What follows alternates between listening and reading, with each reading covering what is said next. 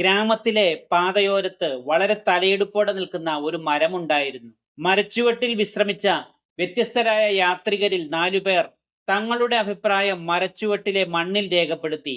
ഒന്നാമൻ ഒരു സഞ്ചാരിയായിരുന്നു. പുറത്തെ കൊടും ചൂടിൽ നടന്ന് വിഷമിച്ചപ്പോൾ മരച്ചുവട്ടിലെ ശീതളമായ അന്തരീക്ഷം അയാൾക്ക് ഒരു ആശ്വാസമായിരുന്നു.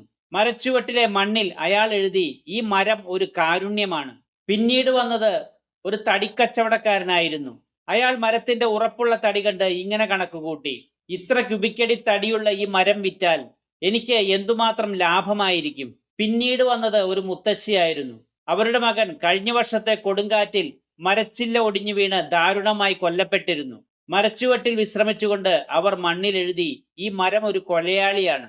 പിന്നീട് വന്നത് പ്രകൃതി സ്നേഹിയായ ഒരു കവിയായിരുന്നു. മരത്തിൽ വിശ്രമിക്കുന്ന കിളികളുടെ സംഗീതം കേട്ട് അയാൾ എഴുതി, ഈ മരം ഒരു സംഗീത സാഗരമാണ്. അന്ന് രാത്രി ശക്തമായ കാറ്റും പേമാരിയും ഉണ്ടായി.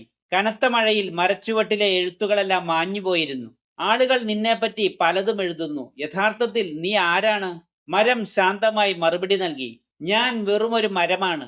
എന്റെ ധർമ്മം ചില്ലകൾ വിരിച്ചു വളരുക എന്നതാണ്. ആളുകൾ എന്നെക്കുറിച്ച് എഴുതുന്നത് അവരുടെ അനുഭവങ്ങളും ആവശ്യങ്ങളും അനുസരിച്ചാണ്. അതിൽ എനിക്ക് പങ്കൊന്നുമില്ല. ഈ കഥ നൽകുന്ന ദാർശനിക പാഠം നമ്മുടെ ജീവിതവുമായി വളരെ ചേർന്ന് നിൽക്കുന്നതാണ്.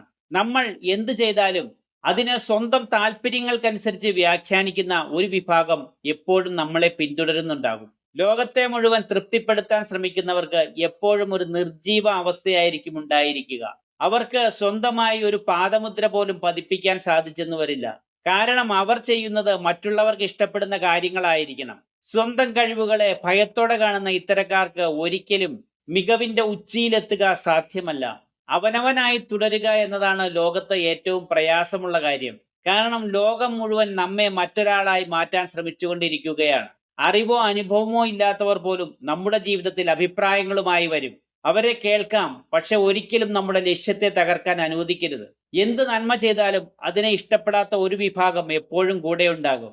മഴ പെയ്യണമെന്ന് ആഗ്രഹിക്കുന്ന കർഷകനും മഴ പെയ്യരുതെന്ന് ആഗ്രഹിക്കുന്ന കുശവനും ഉണ്ടാകും. മഴ പെയ്താൽ ഒരാൾ പഴി പറയും, മഴ പെയ്തില്ലെങ്കിൽ മറ്റൊരാൾ പഴി പറയും. മഴ പെയ്യുകയോ പെയ്യാതിരിക്കുകയോ ചെയ്യുന്നത് പ്രകൃതിയുടെ നിയമമാണ്. ലോകത്തിന്റെ കണ്ണിലെ ശരികളല്ല, നമ്മുടെ ഉള്ളിലെ സത്യമാണ് നമ്മെ നയിക്കേണ്ടത്. വിമർശനങ്ങൾ എന്നത് തിരമാലകൾ പോലെയാണ്, അത് വരും പോകും. പക്ഷേ വ്യക്തിത്വം എന്ന കടൽ അവിടെ തന്നെ ബാക്കിയുണ്ടാകണം. വീഡിയോ ഇഷ്ടപ്പെട്ടാൽ ഷെയർ ചെയ്യാനും ലൈക്ക് ചെയ്യാനും സബ്സ്ക്രൈബ് ചെയ്യാനും മടിക്കരുത്. നിങ്ങളുടെ പ്രതികരണങ്ങളാണ് എൻ്റെ മോട്ടിവേഷൻ. താങ്ക്